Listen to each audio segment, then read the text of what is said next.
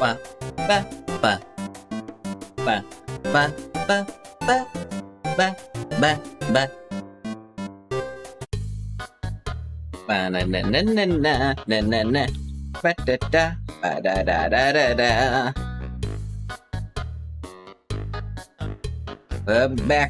Back to the Undertale.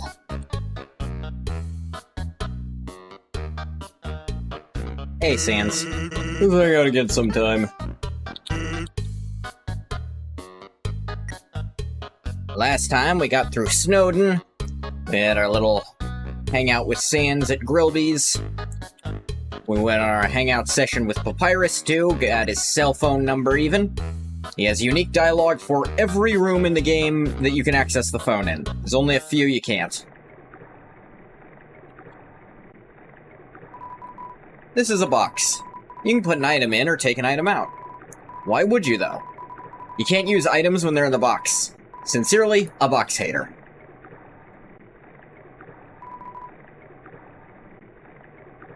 I mean, they got a point.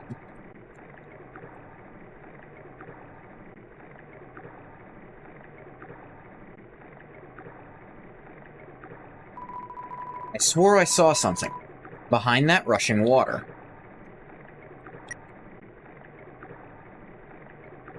Pressed a button thinking I could sprint in this game. You can't. Aha! And that's how you can find the tutu lying on the ground here. Take it. You got the old tutu. Old tutu. Armor defense 10. Finally, a protective piece of armor. You equip the old tutu. Now we have defense 10. Huzzah! Just put the manly bandana up. The mandana, if you will, back away. And Papyrus, what you gotta say? No response. Okay. Think actually not gonna be able to get responses for a while here. Because there's Papyrus. Hi, Undyne. I'm here with my daily report. Regarding that human I called you about earlier. Huh? Did I fight them? Yes, of course I did. I fought them valiantly. What? Did I capture them? Well... No. I tried very hard, Undyne, but in the end... I failed. What? You're going to take the human soul yourself? But, Undyne, you don't have to destroy them, you see. You see...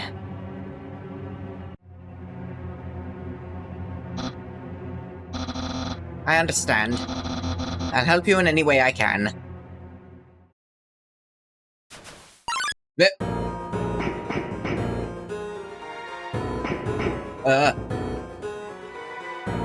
Earnmate, and as a spear.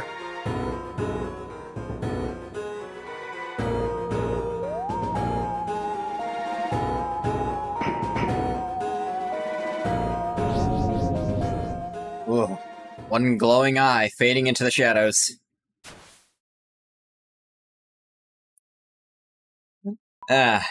Yo, did you see the way she was staring at you? That was awesome! Hello, little one. I'm so jealous. What'd you do to get her attention? Come on, let's go watch her beat up some bad guys. Hi, Green, go up. The monster kid fell on their face. Feeling of dread hangs over you. You stay determined. When 4 bridge seeds align in the water, they will sprout.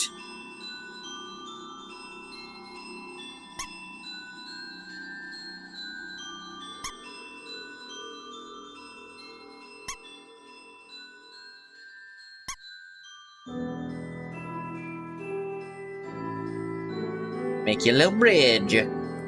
That's kind of gonna be the puzzle for Waterfall. Whoop. An enemy. Undyne, it's on sight. It really is. Luckily, sight is probably the easiest part of her to avoid. Aaron, attack 24, defense 12. Seahorse has a lot of HP. Horsepower. All of his attacks are harder to dodge at the bottom of the box. Check all you want.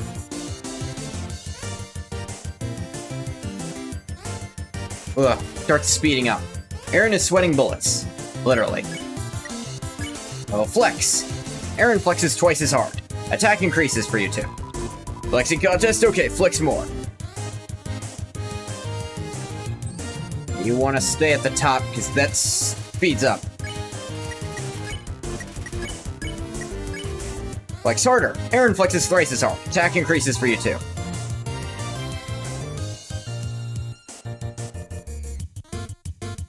Ugh. Aaron flexes very hard, flexes himself out of the room. You won. So, interestingly enough, Aaron is one of only a handful of enemies who you can't actually spare the normal way. There's a very specific and weird thing you have to do to spare Aaron. And I can't do it yet, because I haven't been far enough in.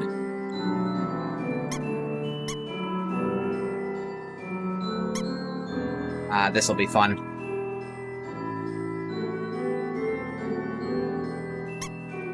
So it has to be exactly 4. Can't just chuck on 2. You have to make a bridge of 4. And I've actually already messed it up.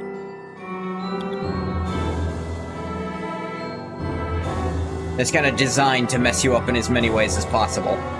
That little sign down there. But I want to show what it does. Like, you're supposed to, like, try putting 2 there and then fail. Then you do the 4 at the top and realize you can't read it from up top. Then you do the 4 at the bottom. And you get to see what I'm about to show you. Also, music, wunderbar. Turn it down, because sound in this game is loud as shit. But, you know. Congratulations! You failed the puzzle. That's not how you progress in this area. Yeah, I think I have to get through this area once before Papyrus will start answering Cell, because it's actually probably partially as a debug thing, because Papyrus does have to call you during this. Oh yeah, you can also ring the bell, I guess. Error is made, the Bell Blossom call bridge seats back to where they started.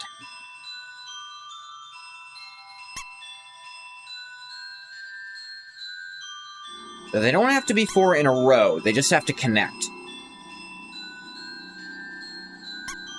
So, you do like this. No, they have to be in a row? My mistake. Has been a minute since I've done this. Alright, there's no 4 across, but where's a spot where I can do it 4 up and down? I remember now. You have to do it from down here, on this square. That's right. A clever little puzzle, they do have to be in a row.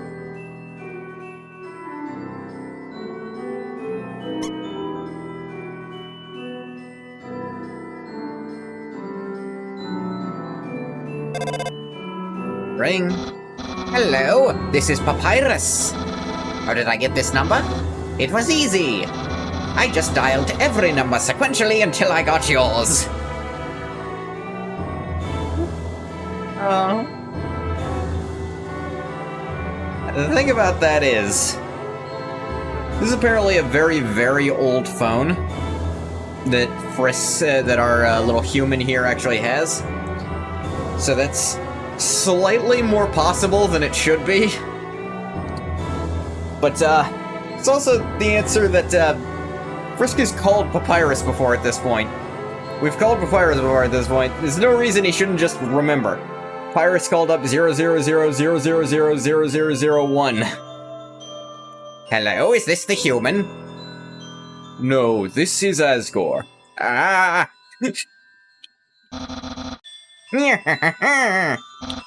So, what are you wearing? I'm asking for a friend. She thought she saw you wearing a dusty tutu. So yeah, that little comment that it's apparently a dusty tutu along with another comment from someone else, has led to people taking the second human... Actually, no, the third human. Fourth if you count whatever. The ballerina human as being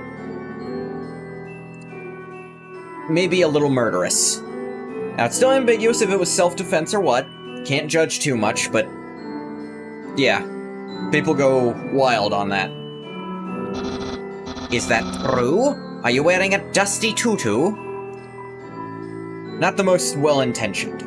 We don't know that. All we know is hell, we don't even know for sure that this is monster dust. It could be regular dust. There is such thing. So, this is great. Yes. So you are wearing a dusty tutu. Got it. Wink, wink. Have a nice day. Click.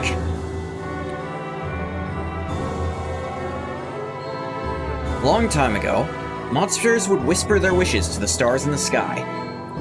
If you hoped with all your heart, your wish would come true. Now, all we have are these sparkling stones on the ceiling. Wishing room. Thousands of people wishing together can't be wrong. The king will prove that. Who's here? Woshua! Clean. You ask Woshua to clean you. Hops around excitedly. Sweet. Green means clean.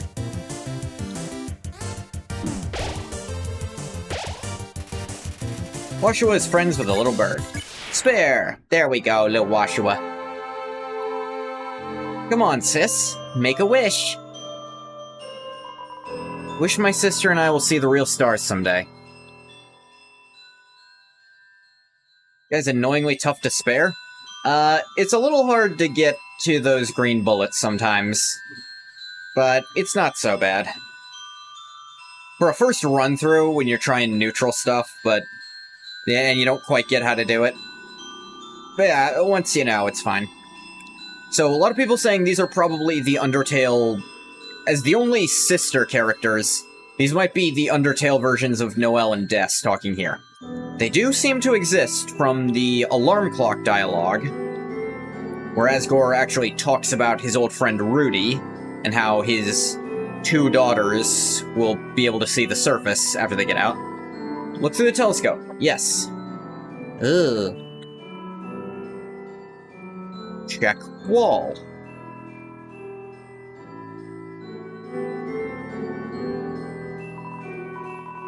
Seems my horoscope is the same as last week's.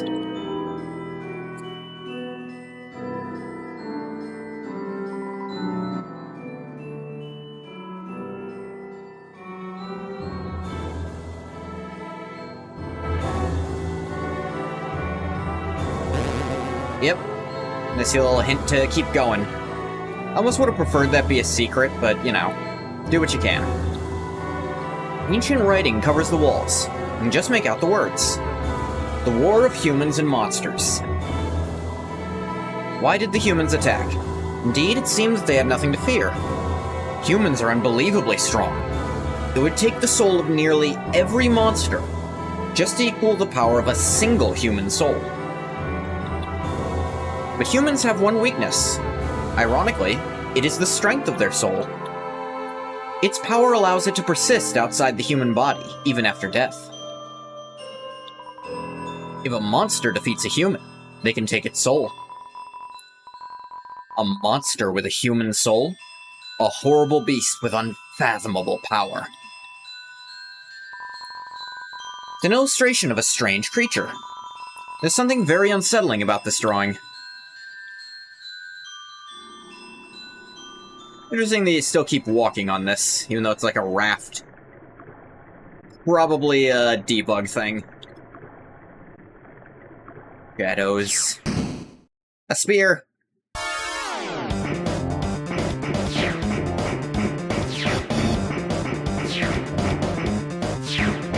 Yeah. Wah.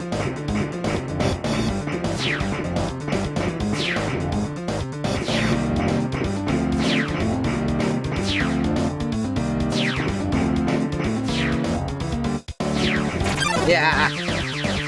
Ow. These are really hard to dodge those. Sent the green water the complete opposite way every time. Yeah. You can't, like, predict where it's going.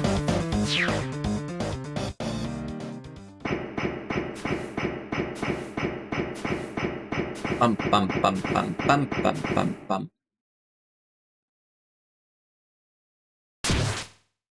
And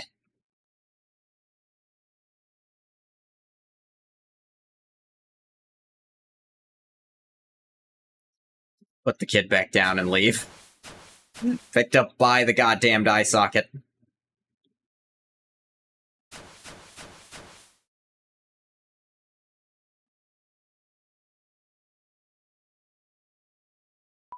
Someone's excited. Yo, did you see that?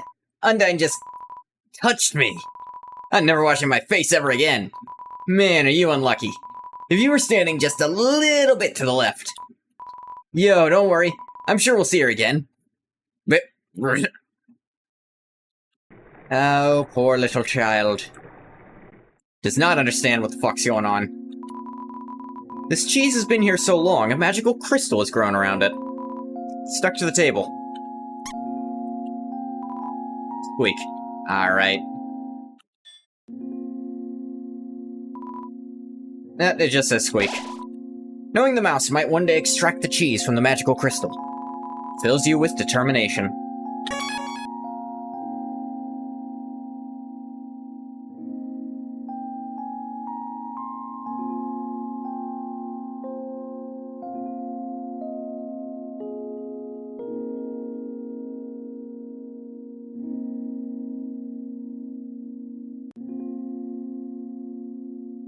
Forgot to note something earlier. Dang.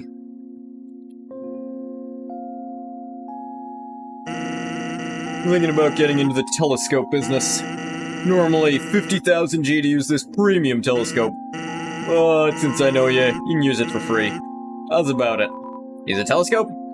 Sure.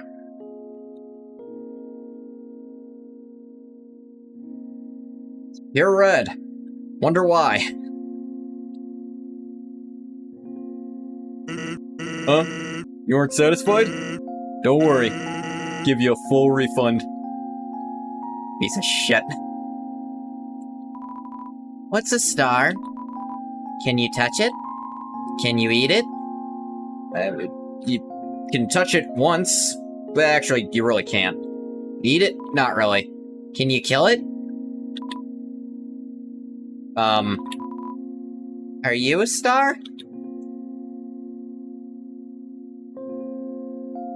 Says, can you keep me away from this creepy-ass kid?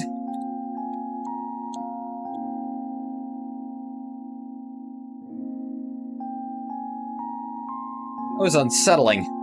At best.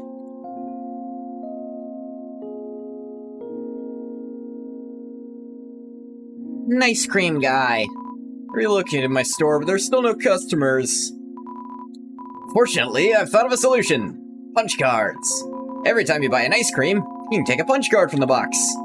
You have 3 cards, and trade them for a free ice cream. They're sure to get the customers to come back. Ice cream is a frozen treat that warms your heart. Now just 25 gold. I'll take one. Cards in the box. Got the ice cream.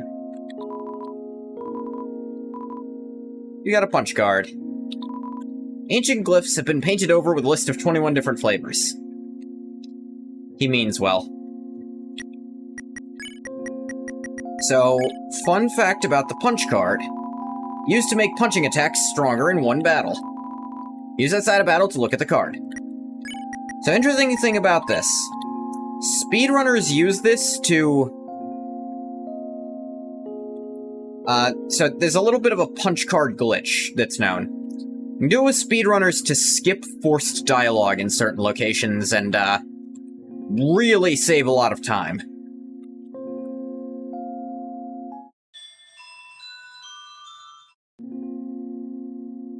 Like, a lot of time. Ah, yes, of course.